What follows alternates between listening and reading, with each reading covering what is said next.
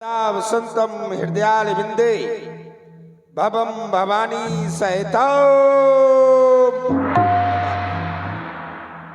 ये क्या भगवान शंकर की आराधना कर रहा था, अचानक हमारी आराधना करने की गति स्तब्ध हो गई। कानों में बार बार कौन पुकार करके कह रहा है, बाण सावधान। आज बाणासुर को सावधान करने वाला इस मृत्युलोक में कौन पैदा हो गया, जिस मृत्युलोक को मेरे पिता बलि ने दान में दे दिया था। आज उस मृत्युलोक की ओर इस बाणासुर का हृदय क्यों पीछा डाला जा रहा है।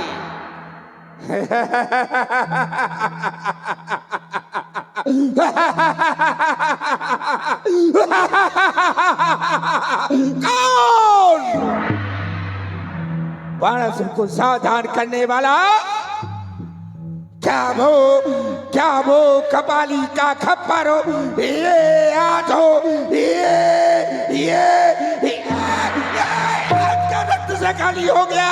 क्या वो भगवान शंकर ने अपना तीसरा नेत्र खोल दिया?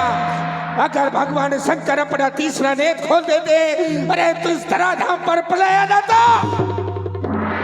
तो फिर बाणासुर को सावधान करने वाला कौन पैदा हो गया? संसार में बाणासुर से लड़ने वाला कोई नहीं है। बाणासुर से युद्ध करने वाला अभी तक पैदा नहीं हुआ। आज बाणासुर को सावधान कौन कर रहा है? तुम कर रहे हो?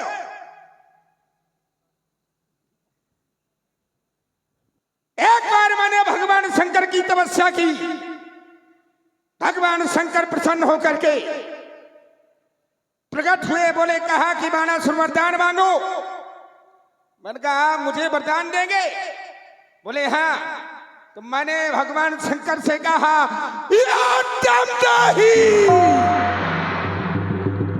मैं युद्ध चाहता हूं। भगवान शंकर ने कहा, बाणासुर तुमसे युद्ध करने वाला अभी तक कोई पैदा नहीं हुआ। मैंने कहा कब होगा? भगवान शंकर ने मुझे एक स्वर्ण पताका दी, कहा जाकर के इसको अपने वंश पे लगा देना, और जिस समय ये पताका झुक जाए तो समझ लेना कि तुमसे युद्ध करने वाला पैदा हो गया है। भगवान शंकर की दी हुई पताका आज हमारे वंश में ज्यों की त्यों लहरा रही है। अभी तक पताका झुकी नहीं, तो फिर कौन सावधान कर रहा है? भगवान शंकर हमें विदित कराया जाए। ओम नमः शिवाय, ओम नमः शिवाय, ओम नमः शिवाय। विदित हो गया, हो रहा सीता स्वयंवर उस मिथिला पथ की राजधानी में। वहां जाने का विचार हुआ है उस लंका पति अभिमानी में। राजा जनक अपनी बिटिया का विवाह कर रहा है, लेकिन वहां पर दशानन दशग्रीव रावण पहुंचने की चेष्टा कर रहा है। सावधान हो दशानन, तुम मेरे रहते हुए वहां अगर पहुंचोगे और अगर उपद्रव मचाओगे तो समझ लेना तेरी वो दुर्गति करूंगा कि आज तक किसी ने की नहीं होगी। ये कौन? ये कौन? ये कौन? ये कौन?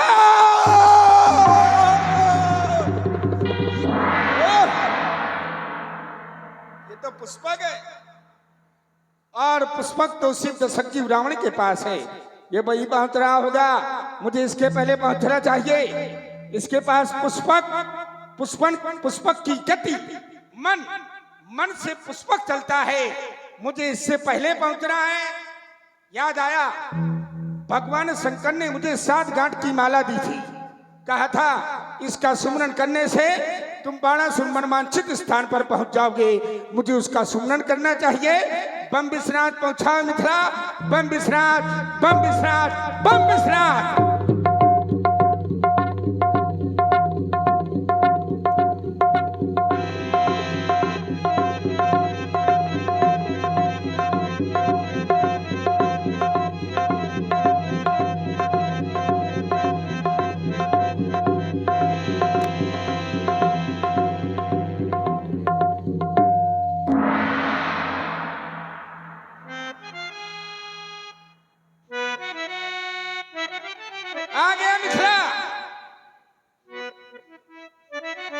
वेदिका पर स्थापित भगवान शंकर के पिनाक ये बलिपुत्र बाणासुर आपको प्रणाम करता है। आए हुए सभा में नृपालो, तुम्हारे लिए घोषणा है। यहां पर एक अच्छा कार्य हो रहा है। अगर किसी भी नृपाल ने यहां पर अगर व्यवधान मचाया तो याद रखना, वो बाणासुर के द्वारा दंडित किया जाएगा। सावधान, सावधान, सावधान। देखिए, सभी लोग सावधान हो जाएंगे, क्योंकि अब आर पार का संवाद होने जा रहा है। हाँ, कोई बनावटी वाला संवाद नहीं है, जो वास्तव में है वही संवाद होने जा रहा है। और आर पार होना जरूरी भी है। सब लोग ऐसी आशा करके रात भर जाग रहे हैं, बैठे हैं कि आर ही पार हो। जब ना होगा तो तुम तो हो आर पार के लिए। मिथिला की पावन वेदिका पर विराजित भूत भवन भोलेनाथ के पिनाक सर्वप्रथम ये लंकापति लंकेश आपको प्रणाम कर रहा है। साथ ही जब मैं आपको इस स्थिति पर पाता हूं और देखता हूं, राजा जनक के जीवन पर चिंतन करता हूं, तो स्थितियां प्रतिकूल पाता हूं। क्यों? क्योंकि राजा जनक साधारण ज्ञानी नहीं है। जासु ज्ञान रवि भो निशिनाता, उसका ज्ञान संसार रूपी अंधकार को नष्ट करने के लिए है। आज ऐसे ज्ञानी के द्वारा बिना विचार करके, जरा ध्यान दीजिए, ज्ञानी अगर है और वो विचार करके कार्य अगर ना करे तो उसे क्या कहा जाएगा? उसे क्या ज्ञानी कहा जाएगा? नहीं कहा जाएगा। और राजा जनक के द्वारा जो यहां पर कार्य हो रहा है, तो बिना ही विचार बरे हटते ही भाई विवाह कन्या का कराना बहुत उचित है। कन्या का विवाह सभी कराते हैं, लेकिन विचार करके करते हैं कि बिना विचार करके? आप भी अपनी अपनी कन्याओं का पाणिग्रहण संस्कार कराते होंगे, तो विचार करके ही तो करते हैं। और राजा जनक के द्वारा क्या निर्णय लिया गया है कि बिना ही विचार, कोई विचार नहीं किया जाएगा, बड़े ही हट नहीं, जबरन कन्या उसको वरण करेगी। किसको? जो इस धनुष को तोड़ देगा उसको। अब विडंबना यही है कि जब राजा जनक जैसा ज्ञानी ये बिना विचार करके कार्य करे, तो निश्चित है कि कहीं ना कहीं आगे चल करके हो सकता है कि वो कन्या के लिए कष्टदायी विषय बन जाए। क्यों? क्योंकि ऐसा एक पूर्व में एक प्रकरण हो चुका है, ऐसा कि उन ब्राह्मणों के द्वारा भी, ध्यान दीजिए जरा आप लोग, सुधी समाज, उन ब्राह्मणों के द्वारा भी बिना विचार करके कार्य किया गया। कोई विचार करके कार्य नहीं किया गया।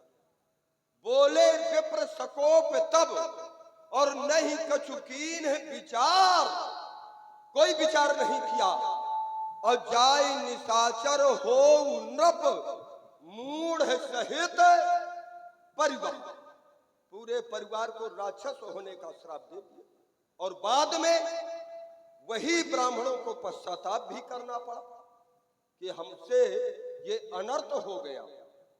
तो हम चाहते ये हैं कि राजा जनक अब ऐसी भूल न करे। एक तो ब्राह्मण कर चुके हैं, अब वही भूल अगर राजा जनक कर रहा है तो ये उचित नहीं है। आज इन्हीं विचारों को लेकर के ये रावण और राज समाज में उपस्थित हुआ है। और ये निश्चित है, रावण को ये विश्वास है कि ये विद्वानों की समाज है, कोई ना कोई विद्वान उठेगा और अपने समीचीन उत्तर देते हुए अपने विचारों से हमें पूर्ण रूप से संतुष्ट करने का प्रयास करेगा। और जब तक हमें संतुष्ट नहीं किया जाता, तब तक इस धनुष पर और रावण के द्वारा प्रतिबंध लगाया जाता है। कब तक? जब तक समीचीन विचारों के द्वारा हमें संतुष्ट नहीं किया जाता, तब तक। सावधान, सावधान, सावधान। डर गए क्या? डर लग रहा है? डरने की जरूरत नहीं, अभी मैं हूं यहाँ पे। इसको अभी घुमा दो भैया। अभी ये कहेंगे कि 2 और लगवाओ, क्योंकि बाणासुर आ गया है। इनको इतनी गर्मी भर देंगे कि ये कहेंगे कि 2 और लगवाओ। चलिए, मैंने राजा जनक के जीवन पर विचार किया तो पाया क्या, राजा जनक का जीवन एक जल में एक जलज की भांति है। जो उन्हें कांटा हुए ताए हुए वह फूल।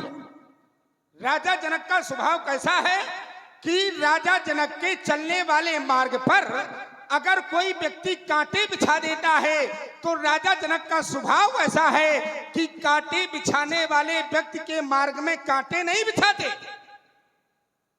क्या करते हैं? फूल बिछा देते हैं।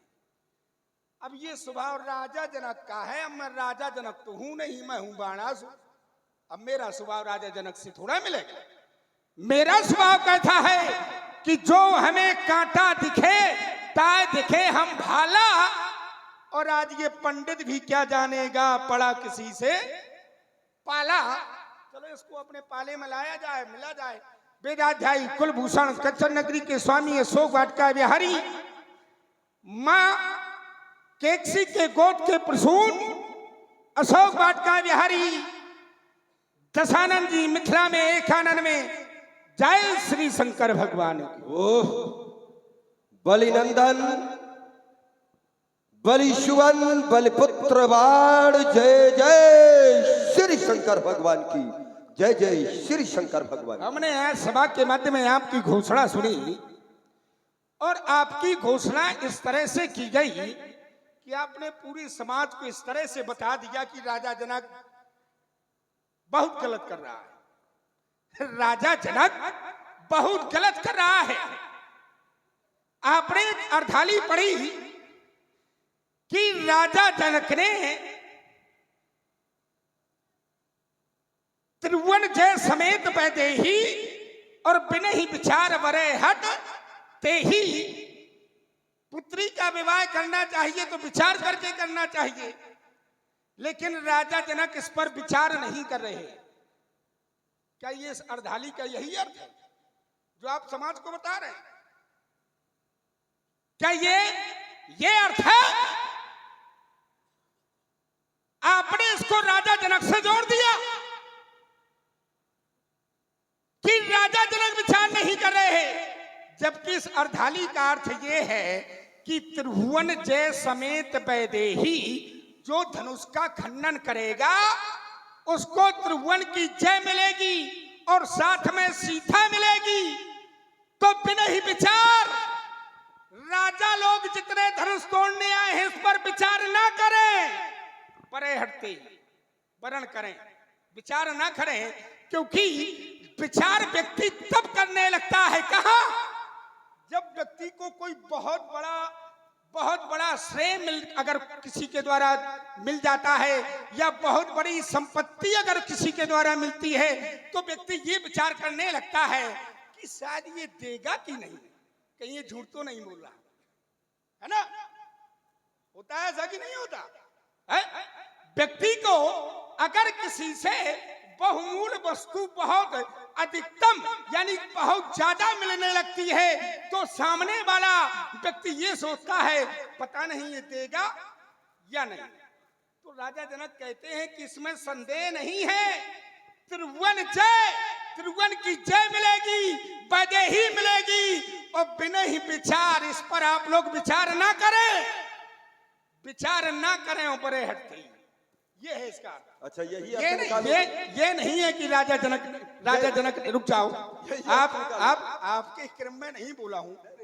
अगर हाँ उचित बोलता हूं, इसका अर्थ आप निकाल दीजिए कि राजा जनक ने विचार नहीं किया। ज्ञानी जो होते हैं, योगी जो होते हैं, वो विचार करते हैं। जैसे एक योगी वो थे, विश्वामित्र ज्ञानी थे, जिस समय सताया राक्षसों ने, चिंता आई तो हुआ क्या, तब मुनिवर मन कीन विचारा। क्योंकि जो ज्ञानी होते हैं वो चिंता नहीं करते, चिंतन करते हैं। राजा जनक ज्ञानी है तो उसको चिंता नहीं करता, चिंतन करता है। और चिंतन कब होता है? जब विचार किया जाता है। हो गई बात, अब थोड़ी थोड़ी ले ले। चलो ठीक है। हाँ, अब बढ़िया जाल में फंसे हो श्रीमान जी, अच्छे जाल में अपने ही उससे बहुत से आए हाँ, तुम्हारे बढ़िया, जैसे, हाँ, बहुत से आए। अब देखिए ध्यान दीजिए, इन्होंने क्या कहा कि एक ज्ञानी है,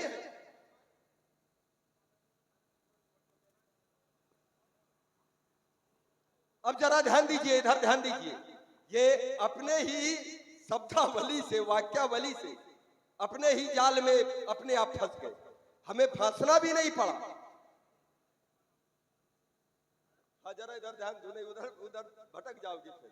हाँ, क्योंकि ये गदिष्ट भोजन है और इसको पचाने के लिए हाजमा दुरुस्त चाहिए। अगर दुरुस्त हाजमा ना होगा तो निश्चित है कि पचा नहीं पाएगा। भाई, मैंने कहा क्या था कि राजा जनक के द्वारा जो कार्य किया जा रहा है तो इसमें स्पष्ट दिया गया है। ये किसकी घोषणा है? क्या ये राजाओं के लिए? ये जो घोषणा है ये राजा जनक के द्वारा ही है, किसी दूसरे के द्वारा थोड़ा है। और ये किसके लिए है? सीता के लिए, उसी के लिए तो है। भाई, धनुष टूटेगा उसका ध्यान दीजिए। और राजा जनक की एक प्रतिज्ञा है कि जो धनुष को तोड़ दे, और जब धनुष टूट जाएगा भैया तो विचार करिए, जब धनुष जो तोड़ देगा तो फिर विवाह उसके साथ में हो जाएगा। और जब हो जाएगा तो फिर ये बिना विचार क्यों लगा दिया? बात हमारी केवल ये थी भाई, उसमें फिर ये बिना विचार क्यों लगा? रुक जाइए, बीच में नहीं, बीच में नहीं, क्रम बिगड़ जाएगा। हाँ, इसीलिए हमने कहा था कि अपने आप ये जाल थोड़ा ऐसा, थोड़ा इस स्वरूप को जो समझो, थोड़ा एक किनारे हटो। बीच में अभी यही एक सत्य को छुपाने के लिए कितनी देर तक तुम झूठ बोलते रहे और अपने आप कैसे फंसे। इन्होंने कहा कि जो ज्ञानी होते हैं, अपनी ही बात में ये फंसे। इन्होंने कहा जो ज्ञानी होते हैं, और ज्ञानी में उदाहरण किसका दिया? विश्वामित्र महामुनि ज्ञानी। तो उन्होंने क्या किया? तब मुनिवर मन कीन विचारा। उन्होंने विचार किया कि विचार नहीं किया? क्यों? उन्होंने विचार किया, और जब विचार किया तो लक्ष्य को प्राप्त कर गए। और राजा जनक विचार कर रहा है कि बिना विचारे या कर रहा। ये तुम्हारी ही बात है भाई, वहां पर ये तुम्हारा कहना है कि विश्वामित्र के द्वारा, और तुमने अर्धाली भी पढ़ी कि बिना तब मुनिवर मन कीन विचारा, विचार करना चाहिए कोई भी कार्य, क्योंकि बिना विचारे जो करे, ये एक सिद्धांत है कि बिना विचारे जो करे सो पाछे पछताए। और विश्वामित्र के द्वारा विचार किया गया तो लक्ष्य को प्राप्त हुए और उनको पछताना नहीं पड़ा। और मैंने एक सिद्धांत दिया था कि ब्राह्मणों ने इसके पहले एक बिना विचारे हुए एक धर्मात्मा राजा को श्राप दे दिया, जिस कारण से ब्राह्मणों को पछताना पड़ा था। हो गई बात, हो गई बात। बस ऐसे लीजिए, बहुत बड़ी बात। बढ़िया बढ़िया। मैं समझा कुछ रहा हूँ, तुम समझ कुछ रहे हो। नहीं, मैंने सीधी बात, अब तुम तो सीधा आरोप बोले राजा जनक की घोषणा है? राजा जनक की यह घोषणा है? राजा जनक के बंदियों के द्वारा यह घोषणा सुनाई गई कि त्रिभुवन जय समेत वैदेही। मैं तुमको बता क्या रहा हूं, ऐसे में समझोगे, क्योंकि बुद्धि मोटी है तो मोटा तुम मोटा मोटा देना पड़ेगा तुमको। मैंने कहा था अगर 1 किलो सोना स्वर्ण 1 किलो सोना अगर हम किसी अमुक व्यक्ति को दे, समझ रहा, 1 किलो स्वर्ण, अरे बिल्कुल वही आएगा, वही आएगा। बिल्कुल बिल्कुल बिल्कुल, अरे वही आएगा, क्योंकि दुनिया में कोई निराला नहीं। सुनो पहले, मैं ये खजाना है, खजाना। दुनिया में कोई देखो बीच में नहीं, बीच में नहीं, गड़बड़ ना, बीच में नहीं। ये 16 दूनी 8 नहीं, सोना और चांदी ना लगाओ, जो कुछ बोलना है तुम से बोलो, क्योंकि दुनिया क्योंकि तुम फंसे पड़े हो। मैं जो बात समझाना चाहता हूं तुम समझ नहीं पा रहे। कैसे ज्ञानी हो तुम 4 वेद 6 7 18 पुराण का तुमको ज्ञाता कहते हैं? जब उस तरह से नहीं समझा तो अब इस तरह से समझा रहा हूं, और जैसे समझोगे वैसे समझाऊंगा। अगर ऐसे ना समझोगे तो मार के समझाऊंगा। सुनो, जैसे 1 किलो सोना किसी अमुक व्यक्ति को दिया जाए, उसने कभी देखा नहीं, तो व्यक्ति सोचेगा पता नहीं ये मुझको देगा कि नहीं देगा, कहीं मुझसे मजाक तो नहीं करा। ठीक है, तो उसने कहा प्रमाण पत्र दिया है कि त्रिवल जय समेत बदेही, तुमको त्रिवल की जय मिलेगी, बदेही मिलेगी, बिना ही विचार। इस पर विचार ना करो आप लोग। अगर सोचो कि अगर ऐसा नहीं होगा, त्रिभुवन की जय नहीं मिलेगी, बदेही नहीं मिलेगी, तो इस पर विचार ना करो, बिना ही विचार पर आकर के अपना कार्य तुम करो। ये है इसका। ठीक है, अब रुक जाओ। बोले राजा जनक ने विचार नहीं किया है? राजा जनक ने विचार नहीं किया, राजा जनक ने विचार ही किया। राजा जनक ने विचार ही किया है। कैसे? मैं एक और उदाहरण दे रहा हूं। कह रहे राजा जनक ने विचार नहीं किया। जिस समय जानकी ने लीपन करते समय इसको बाएं कर से उठा लिया, जिस समय ये दृश्य रानी सुनैना ने देखा, जाकर के राजा जनक को बताया। राजा जनक ने ये दृश्य देखा तो चिंता में पड़ गए कि भगवान शंकर का कोई साधारण धनुष नहीं है, और मेरी ये बेटी इसको बाएं हाथ से उठा करके लीपन किया और वैसे ही रख दिया। चिंता हो गई।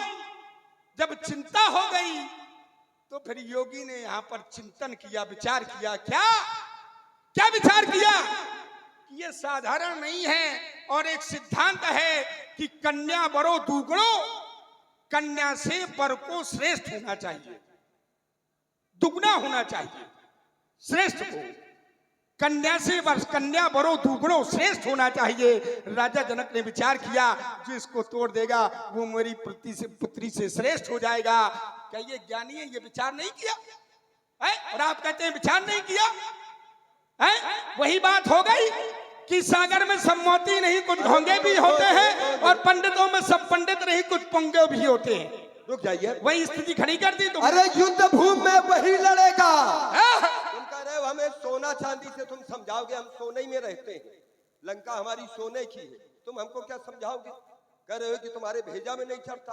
अरे हमारे 10 भेजा है और तुम्हारे 1 भेजा है। तो सोने की लंका कौन तुम्हारे बाप की है? तुम्हारे बाप की है क्या? रुक जाओ। क्या तुम्हारे पिताश्री की है? अरे बीच में नहीं, ये बरसाती बैठक ना, इसीलिए हमने कहा था कि दुनिया, अरे ये तो खजाना है, ये भगवान शंकर की, यहाँ से कहीं भगने की आवश्यकता ही नहीं है, ये पूरा है। क्योंकि दुनिया में कोई निराला नहीं और इससे बढ़कर के कोई शिवाला नहीं, और रहना है तो इसके हो करके रहो। ये मंदिर है, कोई धर्मशाला नहीं, ये मंदिर है। तुम इधर सोना चांदिया लगाए हो कि तुम्हारे भेजा में नहीं चढ़ता। अरे हमारे पास 10 भेजे हैं श्रीमान जी, और तुम्हारे पास 1 भेजा, 1 भेजा वाला 10 भेजा की कभी समानता नहीं। वो किसी का, क्योंकि युद्ध भूमि में वही लड़ेगा। कौन? जिसका बड़ा कलेजा। अब बातें उतनी वही करेगा जिसके जितना भेजा। अब बिना भेजे वाले रावण के सामने भेज दिए जाते हैं कि जाओ मरो जाकर के, और ये बिना भेजे वाले आ गए। कहे राजा जनक आ जाते, और राजा जनक का भाई आ जाता। अरे यहाँ से मिथिला के और थे नगरवासी, कोई आ जाते तो ये बल के पुत्र, ये बल का बकरा बनकर हमारे सामने आया। आइए थोड़ा प्रसंग से जुड़े। इन्होंने कहा कि बिना ही विचार हम वहीं से जाएंगे, हम सोना चांदी नहीं लगाएंगे, ये भगेंगे। इनको तो कहीं कथा जाकर के की कहना चाहिए व्यासपीठ में बैठ करके। हाँ मैं प्रसंगे ही आ रहा हूँ, तो मैं ज्यादा हमको ज्ञान न दो, तुम हमको ज्ञान देने की प्रयास बिल्कुल न करना। इन्होंने कहा कि बिना ही विचार, इसमें राजा जनक जो कर रहा है तो विचार करके कर रहा है।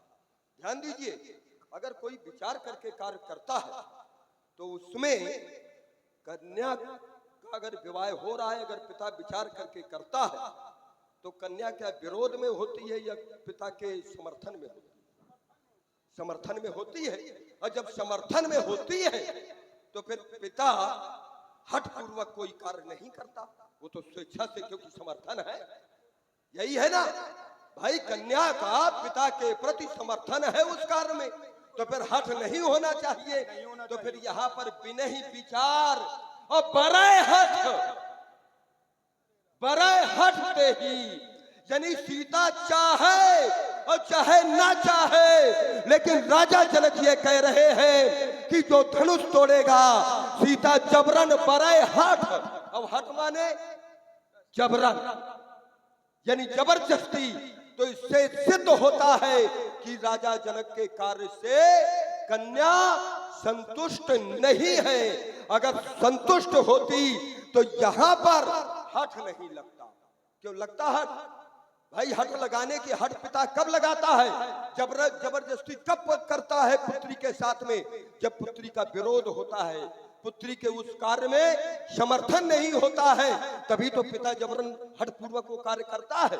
और यहाँ पर बिना ही विचार बड़े हठ पूर्वक सीता चाहे और चाहे न चाहे हठ पूर्वक राजा जनक कह रहे हैं कि जो धनुष तोड़ देगा उसके साथ में हमारी कन्या सीता वरण करेगी। तुमने एक बात और कही कि वो धनुष जो है सीता ने उठा लिया और धनुष कन्या से पर श्रेष्ठ होना चाहिए। अब जरा विचार कीजिए, इन्होंने बतलाया कि कन्या ने बाएं हाथ से धनुष को उठाया, एक ही हाथ तो लगाया। अब धनुष को तोड़ने वाला क्या एक हाथ से तोड़ देगा? धनुष को तोड़ने की क्रिया क्या होती है? धनुष को चढ़ाने की क्रिया क्या होती है? भाई ये क्रियाएं होती हैं। किसी चीज को अगर दंड है और दंड को अगर तोड़ना है तो उसको क्या किया जाएगा? दोनों तरह से मोड़ा जाएगा तभी तो टूटेगा। और जब मोड़ा जाएगा तो उसमें एक हाथ लगेगा कि दो हाथ लगेगा? भैया बताते जाओ, एक हाथ लगेगा कि दो हाथ लगेगा? अब सीता ने रुक जाइए बीच में नहीं, ये बरसाती मेढक बनने की बिल्कुल प्रयास न करो। हमने पहले कह दिया था कि इस स्वरूप को पहले पहचान लो और उसके बाद हाँ ये उंगली ना हम उंगली जो है काट देते हैं। तो एक हाथ से जब उठाया, अब भैया तोड़ने वाला क्या करेगा? एक हाथ लगाएगा। क्यों? इसको तोड़ने वाला अब यहाँ है भी नहीं, हम बता, हाँ ये है। अब रुक जाइए, अब इसको तोड़ने वाला जरा विचार कीजिए, इसको व्यास जी, अब इसको तोड़ने वाला ये धनुष है। अब ये टूटेगा कब? जब इसकी प्रत्यंचा को खींची जाएगी, और जब प्रत्यंचा खींचेगी तो इसके जो दोनों आशुक है, ये दोनों जब स्पर्श कर जाएंगे तभी ये बीच से टूटेगा।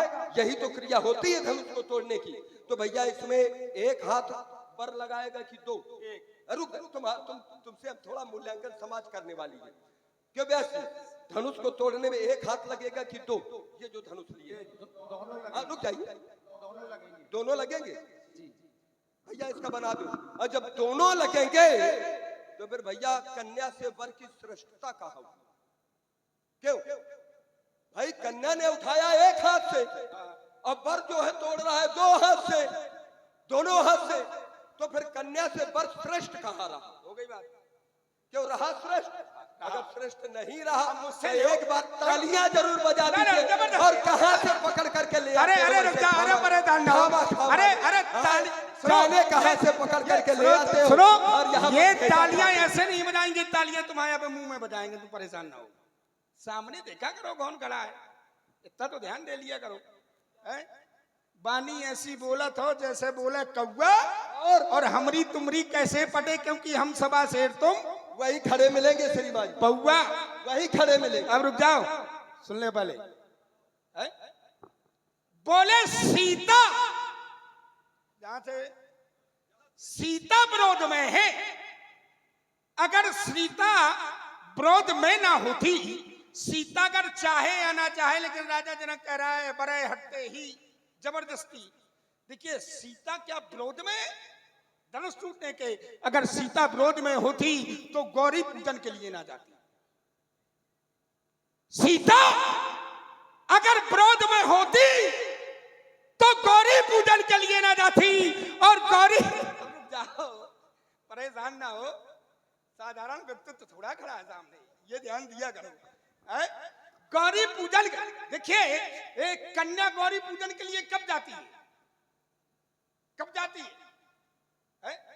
विवाह का जिस दिन अंतिम दिन होता है तब जाती है कि नहीं जाती है? अगर विरोध में होता, सीता अगर विरोध में होती तो क्या गौरी पूजन के लिए जाती है? और वहां जो कह रही है, मैया से जो मांग रही है, अगर विरोध में होती तो क्या मांगती है? तब आशीर्वाद दिया है कि सुमसी सत्तासी हमारी पूजी मनोकामना तुम्हारी।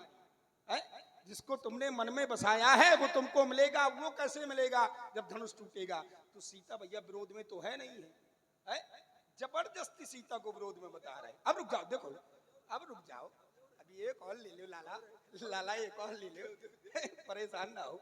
बोले धनुष तोड़ने, इस पर बहुत जोर लगाया। बोले कन्या बरो दुगड़ो, जानकी ने इसको एक हाथ से उठाया, धनुष तोड़ने वाला दो हाथ से तोड़ेगा ना, उठाएगा भी एक हाथ से और तोड़ेगा भी एक हाथ से। देखिए प्रतिंचा को धनुष नहीं कहते, प्रतिंचा को क्या धनुष कहते हैं ना? ये अरे रुक जाओ, परेशान ना हो, इसका मतलब ये नहीं है कि उनका ये उठा लिया। ये देखिए धनुष रखा है तो एक हाथ से धनुष तोड़ने वाला उठाएगा, ठीक है। अगर धनुष तोड़ने वाला अगर इसमें अगर इस तरह से तोड़ेगा तो दोनों हाथ कहे जाएंगे। वो तो सिर्फ ये प्रतिंचा खुली है, उसने तो प्रतिंचा को चढ़ाया है और चढ़ा करके प्रतिंचा को खींचा है, तो उसका एक ही हाथ लगा है, इसको दोनों हाथ नहीं कहेंगे। ये प्रतिंचा को पकड़ा है उसने, ठीक है? अगर धनुष तोड़ने वाला इस तरह से तोड़ता तो उसको कहते थे कि दोनों हाथ से तोड़ा है, जबरदस्ती है।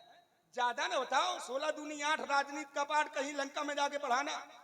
बोले सोने की चर्चा करते हो, हमारे पास तो लंका है, लंका ना तुम्हारे बाप की है ना तुम्हारी है, भीख में मांग करके लाए।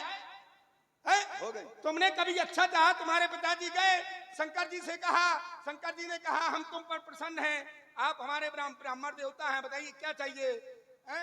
तो लाला इतने थे इतने, अब लाला ने बापा ये चाहिए, अब ऐसा बोलो, ऐसा अब बोलो। ये चाहिए। ऐसा बोलो। तो भगवान शंकर कहते हैं देख लो ब्राह्मणों की चाल, देख लो, ये है पंडित, ये है पंडित, मैंने अपने रहने के लिए बनवाई और मेरे नसीब में रहना नहीं लिखा है, भगवान शंकर ने दे दी। उसको तुम बता रहे हैं मैं लंका में रहता हूँ, ऐसा बोलोगे, ऐसा बोलोगे। बिल्कुल कहे ना बोलेंगे। अब रुक जाओ थोड़ा। अब रुक जाओ। अब बोले एक बिंदु और रहे, अभी और रह गया। बोले हमारे बोल पास लेना, रह हमारे पास भेजा वाले ही भेजे जाते हैं, जिनके पास भेजा नहीं होता। क्यों राम सजीवन? कहाँ देख रहे हो? यहाँ सुनो, नींद आ रही है? बोले रावण के सामने बिना भेजा वाले भेजे जाते हैं। अब देखिए वही बिना भेजा वाले क्या करते हैं। हमारे पिताजी को जीतने गए थे कहाँ? पाताल। बलि जीतने गया पाताला। जब पाताल में हमारे पिताजी को जीतने गए तो इनको घोड़साल में बांध लिया जहां हमारे घोड़े बनते हैं, और बांध लिया। अब जो बिना भेजा वाले हैं कौन? हम लोग। हम 100 भाई हैं। कितने? 100। और सभी भाइयों का नाम है बाण। अब हम लोग खेल रहे हैं, रावण जी को बांधे हैं और खेल रहे हैं। व्यास जी ऐसे पेड़ रहा ऐसे पेड़ में बांधे हैं, खेल रहे हैं। पेड़ नहीं, क्योंकि वो घुड़साला में पेड़ नहीं, वहां पर क्या था? खंबा था। बांधे हैं और देखिए खेल खेल में क्रियाएं हमारी क्या है? बिना भेजे वाले हैं हम लोग, खेले हैं बाला को मारे यहाँ से चट, यहाँ से चट, यहाँ से चट, यहाँ से चट। तो हमारे लाग दया बलदीन छुड़ाई, खेले बालक मारे जाई और लाग दया बलदीन छुड़ाई। हमारे पिताजी को दया लगाई कि तुम एक एक थप्पड़ मारोगे या और मारोगे तो ये मर जाएगा, क्योंकि तुम 100 लोग हो। तो दया लगाई, छोड़ दिया। कहते हैं और वीरता बता रहे हैं, बोले हमारे पास बिना भेजे वाले भेजे जाते हैं। तो बिना भेजे वाले अगर हमें तो दशा भी हम ही करते हैं। एक बात ध्यान दे ले, पत्थर को पीस करके कभी मैदा नहीं हुआ, और इस पंडित को जो झुका दे ऐसा त्रिलोक में कोई माई का लाल पैदा नहीं हुआ, पैदा नहीं हुआ। ये ध्यान रखना हमेशा।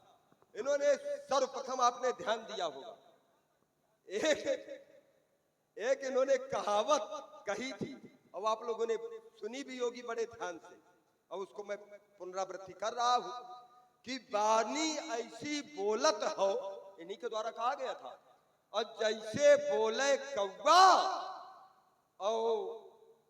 अपने को सवा शेर बतला रहे थे और हमें बतला रहे थे पौगा। भाई भाई रुक जाइए, देखिए नहीं पौगा बतला रहे थे, अपना को सवा शेर और हमें थोड़ा अगर वापसी समाज से मिलती जाती है तो थोड़ा अच्छा लगता है। देखिए थोड़ा बोलते जाइए कि हाँ इन्होंने कहा कि कहीं हम झूठ तो नहीं बोल रहे हैं। तो इन्होंने अपने को सवा शेर हमको पौगा। अब जरा ध्यान दीजिए, फिर थोड़ा ध्यान दिला रहा हूं अपनी ओर। ये तराजू है और तराजू के दो पड़ले हैं और दो पड़लों में एक में सवा शेर ब्यासी रख दिया जाए और एक पड़ले में पौगा रख दिया जाए, तो पौगा वाला जो तराजू का पड़ला है ये कहाँ होगा और सवा शेर वाला नीचे होगा और पौगा वाला। तो श्रीमान जी तुम चाहे जितने बड़े बन जाना हमसे नीचे रहो, ठीक, चाहे जितने तुम सवा शेर नहीं चाहे 5.25 बसेरी बन जाना, लेकिन हम रखेंगे तुमको अपने ही नीचे। एक बात तुम्हारे द्वारा और कही गई, कुछ बोलना चाहते होगा, चलो हम धैर्यपूर्वक सुने तुम्हारा। शेर में जब तक हेलो हेलो हेलो, अरे कुंभकर्ण जाग जाओ। देखिए शेर में जब तक पौवा नहीं लगेगा तब तक सवा शेर नहीं होगा, तो पौवा का होना जरूरी होता है भाई। पौवा क्योंकि वो तो हमेशा ऊपर है, जब तक वो लगेगा नहीं तो ना सवा शेर बनेगा ना शेर बनेगा। पौवा अब रुक जाइए, पंडित जी एक क्षण। अच्छा आपने कहा कि जब तक पौवा नहीं लगेगा तब तक सवा शेर नहीं होगा। अब देखिए जहां पर शेर होता है वहां पर पौवा अपने आप लग जाता है। जैसे जैसे अभी विधायिका जी आई थी, वो शेर है और पौवा कितने पीछे थे, जहां पौवा आज शेर जहां, लेकिन पौवा के बिना शेर, पौवा अपने आप लग जाता है। लेकिन पौवा के बिना शेर का कोई महत्व नहीं है, चाहे अकेले चाहे जो चला जाए, जब तक पौवा ना होंगे तो शेर का कहीं कोई महत्व। देखिए शेर स्वयं में एक महत्व है। अरे रुक जा, जब शेर होता है, एक बात ध्यान दे लो, क्या भैया शेर होता है कि नहीं होता? हाँ होता है। अरे देख रहे हैं तुम्हें शेर को, तुम ये ऐसे शेर अभाव इधर, शेर का महत्व नहीं होता। इधर आओ। अब देखिए संकेत दे रहे हैं, एक बात इनके द्वारा और कही गई कि यहाँ पर ये जो कन्या है ये विरोध नहीं कर रही है। अगर विरोध करती तो गौरा के पास क्यों जाती? गौरा के पास अगर गई है तो क्या ये धनुष तोड़ने का आशीर्वाद दे दिया उन्होंने?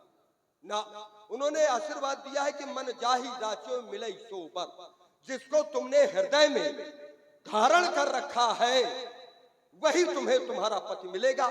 अब धनुष टूटे और चाहे ना टूटे, भाई ये धनुष तोड़ना और ना तोड़ना, तोड़वाना ये राजा जनक के अधीन है।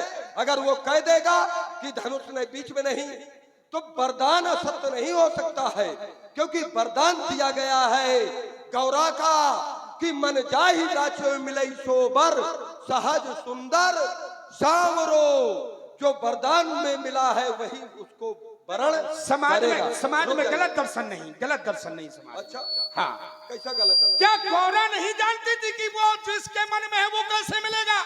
हाँ। क्या गौरा नहीं जानती कि जब धनुष टूटेगा हाँ। तभी तो जिसके मन में है मिलेगा? रुक जाओ, बोले धनुष न टूटे, धनुष, गौरा ने ये नहीं कहा कि धनुष न टूटे। अरे रुक जाओ, गलत दर्शन नहीं। अरे गौरा जानती थी कि धनुष टूटने वाला ही इसका पति है और इसको इसने अपने हृदय में बसा लिया है। तो गौरा ने कहा कि तुम चिंता ना करो, वही मिलेगा, यानी कि वही धनुष तोड़ेगा। मन जाहि राचो मिलई सोबर से सुंदर सावरो, वही मिलेगा। सुन से सत्तासी समारी पूजे मन कामना। क्या वो नहीं जानते कि जो तुम्हारे मन में है वो वही धनुष तोड़ेंगे? गौरा को कह रहे कि धनुष टूटे ना, गलत दर्शन नहीं यहाँ से। जैसे मैंने प्रमाण दिया है, तुमको चुनौती है कहीं से एक प्रमाण। ये ना कहो कि गौरा ये जानती है। भाई अगर जानती होती और उनकी सहमति होती तो अगर ये वरदान दे सकती हैं तो ये वरदान देने के पहले वो वरदान ये दे चुकी होती कि सीता तुम धैर्य धारण करो, धनुष टूटेगा। और जब धनुष टूटेगा तो फिर ये कहने की आवश्यकता नहीं थी कि जिसको तुमने हृदय में धारण किया है वही तुम्हें वर के रूप में मिलेगा, क्योंकि वर पहले है। सीता के लिए वर को हृदय में धारण किया है और इसीलिए सीता का विरोध हो रहा है कि आहाय तात, आहाय, आहाय कब निकलता है, आह कब निकलती है, जब हृदय में दुख होता है। और सीता के भी हम तो यहीं से बोलते हैं, और सीता को भी आज कष्ट है अपने पिता के प्रण पर, तो कह रही है आहाय तात, अरे पिता दारुण हठ ठानी, तूने दारुण दुख देने वाला ऐसा हठ ठान लिया है, समझत कछु नहीं लाभ न हानि।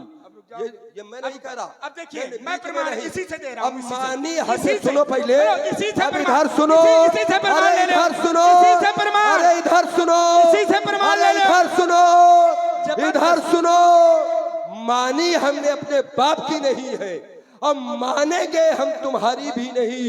और विध्वंस करूंगा धनुष यज्ञ, ये विध्वंस करूंगा धनुष यज्ञ, ये स्रोत की नदी बहा दूंगा, ये दिखा विकट हुंकारों से ये अंबर में आग लगा दूंगा।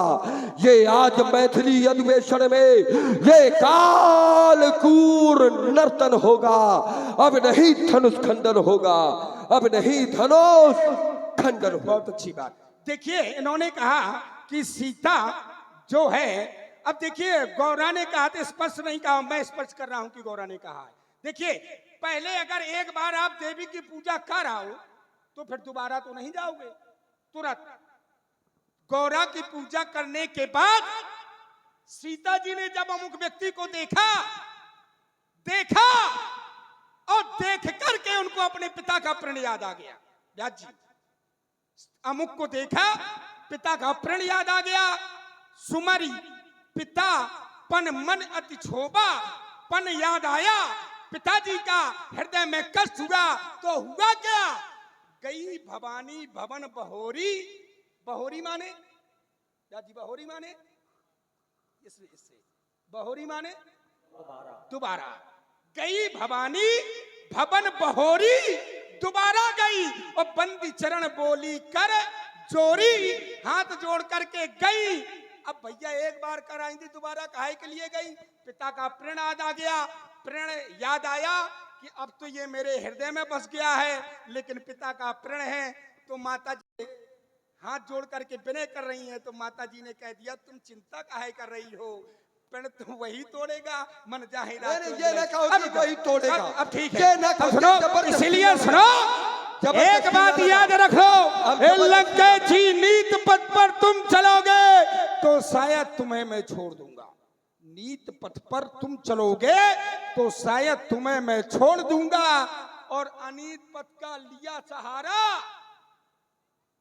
तो तालाब में तुमको बोर दूंगा। तुम कुछ न कर पाओगे और न कभी कर पाए हो। इन्होंने एक बात कारण की, ये बीच में व्यास जी टपक पड़ते हैं, हमने धारा एक बदली थी यहाँ से। इन्होंने एक बात और कही थी कि हमने बलि जितने गौ पताला तो यहाँ से मारा और यहाँ से मारा, तो हमने कहा मार करके दिखा, है कि नहीं? नहीं, अरे मारने वाले चले गए, मर गए हमारे सामने, क्योंकि रावण ग्रहणम तू वायु ग्रहणम सन्नभम, और रावण को पकड़ना वायु को पकड़ना है। आज तक वायु को कोई पकड़ नहीं पाया, तो रावण को बांधने वाला कौन संसार में? हेज को अंतिम प्रणाम, हेज को अंतिम प्रणाम। उपस्थित सभा में सभी वीरों एक बार जयकारा लगाओ, बोलिए शंकर भगवान की यही मैं जय। यही मैं जानता था, ज्यादा यही तुम्हारे लिए उचित भी है। अब यही उचित नहीं, मेरे लिए यही उचित है, ज्यादा यही उचित, ज्यादा भरी हो टंकी के नीचे, यही उचित है, टंकी के नीचे और ज्यादा भरी उचित है। जब सामने वाले से अगर लड़ न पाए तो पीठ दिखा करके भाग जाना चाहिए, और यही उचित है। नहीं, यही उचित है, और तुमने अच्छा किया है, और यही करना भी चाहिए। अब दोबारा आना तो बेटा तैयारी करके आना अच्छी तरह से, ताकि सामना कर सको, क्योंकि ये साधारण नहीं, ये असाधारण है, ये असाधारण है, और धनुष भी असाधारण है, तो तोड़ने वाला भी असाधारण होगा। और जब असाधारण का ये खेल है, और ये साधारण आकर के क्या करेंगे, मरेंगे बेमौत, तो ये भाग्य, ये अच्छा हुआ। ये समय सूचक यंत्र हमें बाध्य कर रहा है। यद्यपि मैं उस परमात्मा से मिलने के लिए आया था, लेकिन कहीं ना कहीं वो मानव वेश में इस राज समाज में उपस्थित है। भूत भवन भोलेनाथ के विनाश मेरी